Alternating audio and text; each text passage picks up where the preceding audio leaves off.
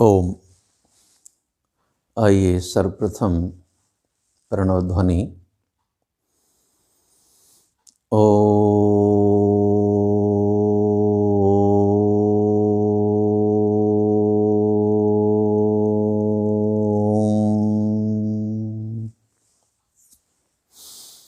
प्रवर पुनीत आत्माओं, वैदिक ज्ञान विमर्श के इस अभियान में आइए आपका स्वागत है, अभिनंदन है। जीवन एक सरल पथ, इस शीर्षक के अंतर्गत जो व्याख्यान माला चल रही है, आज उसका 26वां अंश अभिव्यक्ति पा रहा है और आज का शीर्षक है दिशा मिलेगी, मोह ममता की रस्सी जरा खोलो तो। जी हाँ, मनुष्य एक सामाजिक प्राणी है। समाज में रहकर ही उसका सर्वांगीण विकास होता है। जब से उसका जन्म होता है और जीवन पर्यंत वह समाज के बीच ही प्रत्यक्ष और परोक्ष रूप में रहते हुए अपने जीवन के लक्ष्य की ओर बढ़ता है।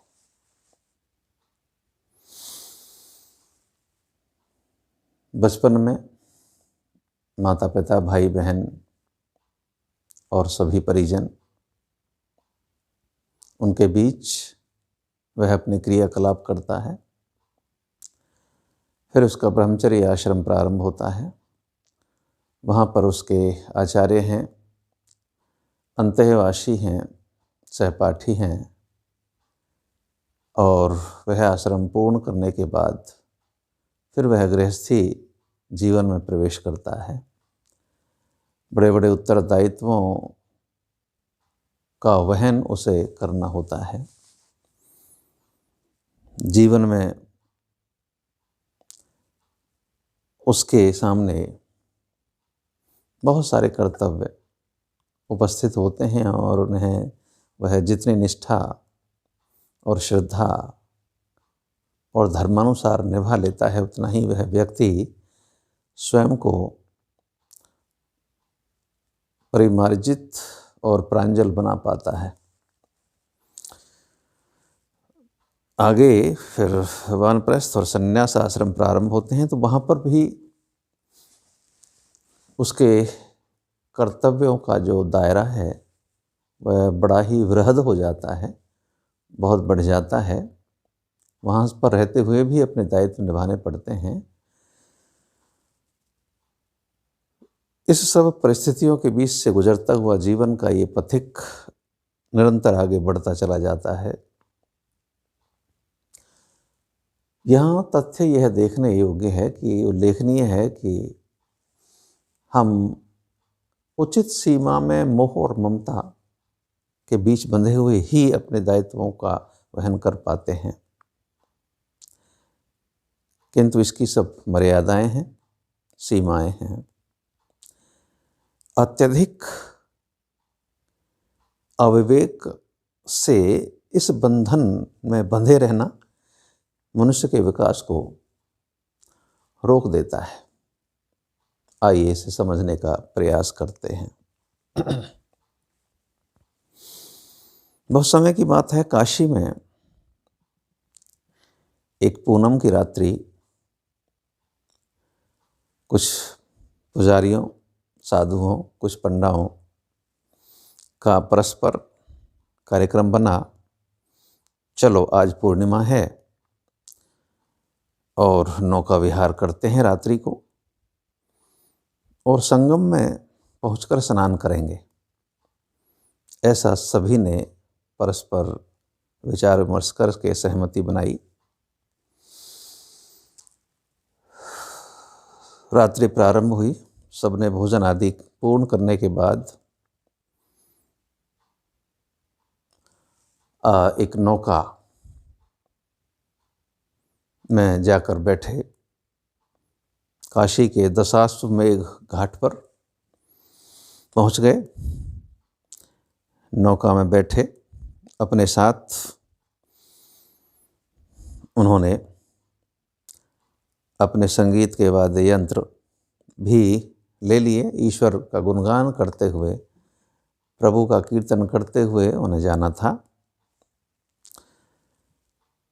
वहाँ उस क्षेत्र में विजया ग्रहण करने की भी एक आदत उनकी होती है, अर्थात भांग का सेवन वे लोग करते हैं। तो नौका में यह प्रबंध भी कर लिया। भली प्रकार भांग घोटी गई, तैयार की गई। सबने लोटे पर लोटे चढ़ाए। खाने पीने आदि का भी प्रबंध किया। रसमलाई आदि जैसे मिष्ठान भी उन्होंने लिए और रात्रि के दूसरे प्रहर में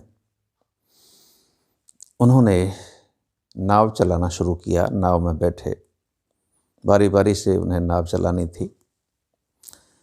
संगम पहुंचकर स्नान करना था, नौका विहार कर रहे थे। उनकी यात्रा प्रारंभ हुई। भजन कीर्तन गाते, मस्ती में झूमते चलते चले गए। नौका में चप्पू लगाते लगाते एक यात्री थक जाता तो दूसरा तैयार हो जाता और इस तरह क्रमशः सब अपना अपना काम करते, हंसी, आनंद, प्रसन्नता का आस्वाद लेते चलते चले गए। कुछ घंटे बीतने के बाद अनुमानतः जब सोचा कि शायद संगम स्थल अब तो नज़दीक पहुंच गया होगा, हम घंटों से चल रहे हैं, नौका चल रही है, तो एक वृद्ध पुजारी ने दूसरे को आदेश दिया, जरा देखना भाई रामदास, शायद हमारी नौका संगम के पास पहुंच गई होगी। वह किनारे की तरफ, वह नौका में खड़ा हुआ, देखा झांक कर चारों तरफ, तो सोचा कि ये संगम का दृश्य तो नहीं लग रहा है। ऐसा लग रहा है शायद हम अभी काशी के घाटों पर ही हैं। उसने बताया, महात्मन मुझे तो ऐसा लगता है कि संगम अभी नहीं आ पाया है, हमारी नौका कहीं काशी के घाट पर ही यहीं पर है, ऐसा लग रहा है। दूसरे लोग ठहाके मार कर हंसे, अरे ये ज़्यादा भंग उड़ा गया है, कई लोटे पिए हैं इसने। अरे भाई महंत, जरा तुम देखो, हे छबीलदास, जरा तुम जाकर देखो, ये इसकी बात पर भरोसा नहीं है। वह उठा, नौका के किनारे पहुंचकर उसने भी चारों तरफ आंखें मिचमिचा करके जरा खोल कर देखा। बताया, महात्मा जी ऐसा लगता है, मुझे भी भ्रम सा हो रहा है, संगम तो नहीं आया है अभी, ये तो काशी के ही घाट से दिखाई दे रहे हैं। सभी यात्री फिर हंस पड़े, ठहाके लगाए उन दोनों की बददिमागी पर या फिर उनके अवलोकन पर। वृद्ध पुजारी ने फिर से आदेश दिया, झम्मनदास जरा तुम उठो, ये क्या सूचना दे रहे हैं? अरे कई घंटे हमें हो गए हैं चप्पू चलाते चलाते, भजन कीर्तन गाते सुनते, और क्या हमारी नौका अभी संगम विहार केंद्र पर नहीं पहुंची होगी? तीसरा पुजारी भी उठा, उसने भी देखा, महात्मा जी शायद ये दोनों सत्य कह रहे हैं। सबको चिंता हुई, सबने बारी बारी से वहां पर उठकर देखा। वह आखिर वृद्ध महंत वहाँ वो उठे, उन्होंने उठकर देखा, अरे तुम तो सत्य कह रहे हो भाई, यह तो वास्तव में ही अभी काशी का ही दशाश्वमेध घाट है। और फिर हम नाव चलाते रहे, ये क्या हुआ? और उसे देखा तो बोले, अरे मूर्खो,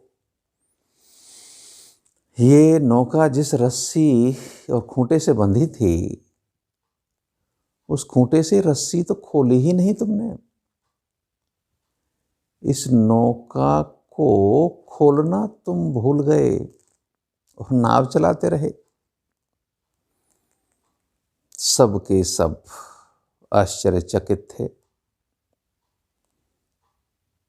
खैर भद्र श्रोताओं, यह इस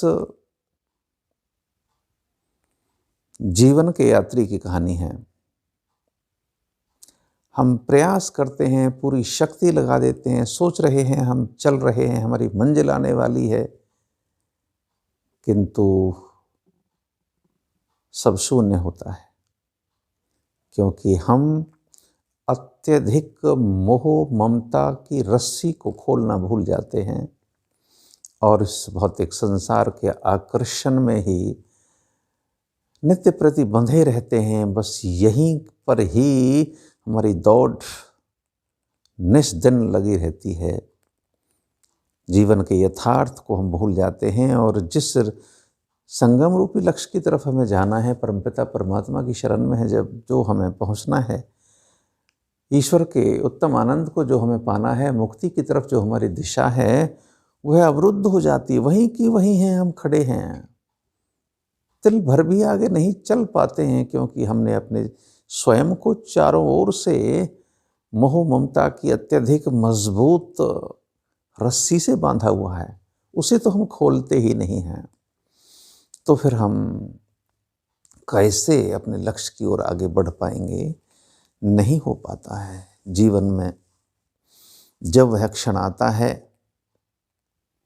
तो हमें सचेत होना पड़ता है, तभी हम अपनी मंजिल को उपलब्ध कर सकते हैं। आइए एक और प्रसंग के माध्यम से थोड़ा समझने का प्रयास करते हैं। हे भद्र पुरुषों, सज्जनों,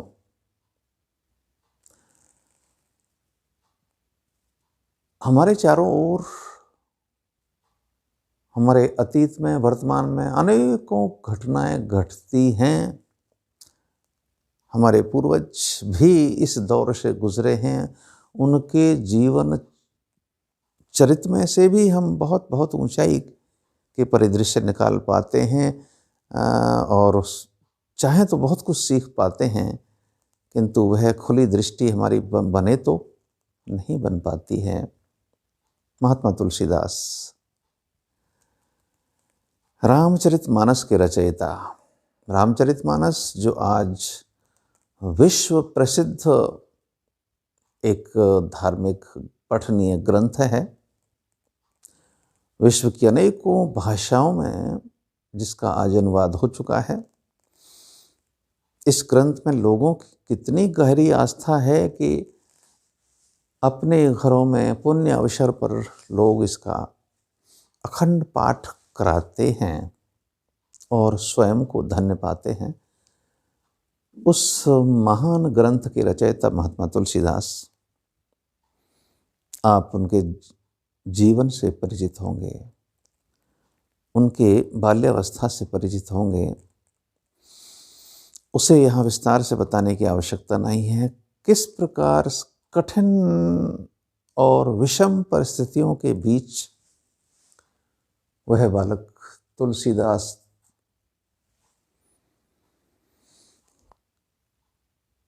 उसका बचपन का नाम राम बोला, कैसे कैसे भिक्षावृत्ति से अपना पेट पालन करता है, कैसे भटकता है, कैसे दर दर की ठोकरें खाता, कहाँ कहाँ नहीं धक्के खाता। आखिर गुरु नरहरिदास से उनकी भेंट होती है। वे अपनी शरण में उसे ले लेते हैं, उसके कल्याण का मार्ग खुल जाता है। वे उसकी शिक्षा दीक्षा का प्रबंध करते हैं, शेष सनातन से उसको अध्ययन कराते हैं, और वही दर दर की ठोकरें खाता बालक शिक्षा ग्रहण करने के बाद महात्मा नरहरि दास की अनुकंपा से एक दिन उद्भट विद्वान बन जाता है। भारतीय सद्ग्रंथों का, दर्शन ग्रंथों का बहुत प्रसिद्ध कथावाचक, और उसके जीवन की दिशा बदलती है। वे गृहस्थी जीवन में आते हैं। अपूर्व सौंदर्य की मलिका माता रत्नावली से उनका विवाह होता है। बहुत प्रेम करते थे अपने दाम्पत्य जीवन को। परमपिता परमात्मा उन्हें एक पुत्र रत्न की प्राप्ति कराता है। आजीविका का साधन उन दिनों उनका यही था, कथा वाचन करना, अपने अपने उस क्षेत्र में दूर दूर तक जाना, कई कई दिनों तक बाहर ही रहना, और तदुपरांत अपने घर पहुंचना। ऐसा ही एक अवसर आया। निकले हुए थे कथावाचन के लिए अपने क्षेत्र में। कई दिन बाद उस अनुष्ठान संपन्न होने के बाद वो अपने घर लौटे। वर्षा ऋतु का समय था। घर पहुँचे, बड़े प्रसन्न थे, और जब घर पहुँचे तो उनके पहुँचने पर देखा स्वयं घर का दरवाज़ा बंद है। पड़ोसियों से पूछा कि हमारे बच्चे कहाँ हैं। सूचना मिली पड़ोसियों से कि रत्नावली बच्चे को लेकर अपने मायके गई हुई है, उनका भाई उन्हें लेने आया था। आप चूँकि बाहर थे इसलिए अनुमति नहीं ले सके, किंतु वो हमसे ये सूचना देकर चले गए हैं। यद्यपि रात्रि थी, तथापि महात्मा तुलसीदास वहाँ ठहर न सके। पत्नी प्रेम, पुत्र मोह में आवेष्टित होकर निर्णय लिया कि अभी इसी वक्त यहाँ से प्रस्थान करना है और ससुराल पहुँचना है। यद्यपि रात्रि बदरीली थी, मौसम चूँकि वर्षा ऋतु का था, कभी कभी वर्षा होती थी, बूंदाबांदी चल दिए। पैदल ही उस समय जाने पहुँचने के साधन थे। रात्रि के दूसरे तीसरे प्रहर में अपनी ससुराल पहुँच गए। पत्नी से मुलाकात हुई, कारण पूछा। इतनी भयावह रात्रि में, अंधकार से पूर्ण इस रात्रि में कैसे वो आए हैं, क्या कारण हुआ है। जानकर रत्नावली भी विस्मित, आश्चर्यचकित हुई। उसे अपने भाई भावजों के बीच रहते हुए थोड़ी सी लज्जा हुई।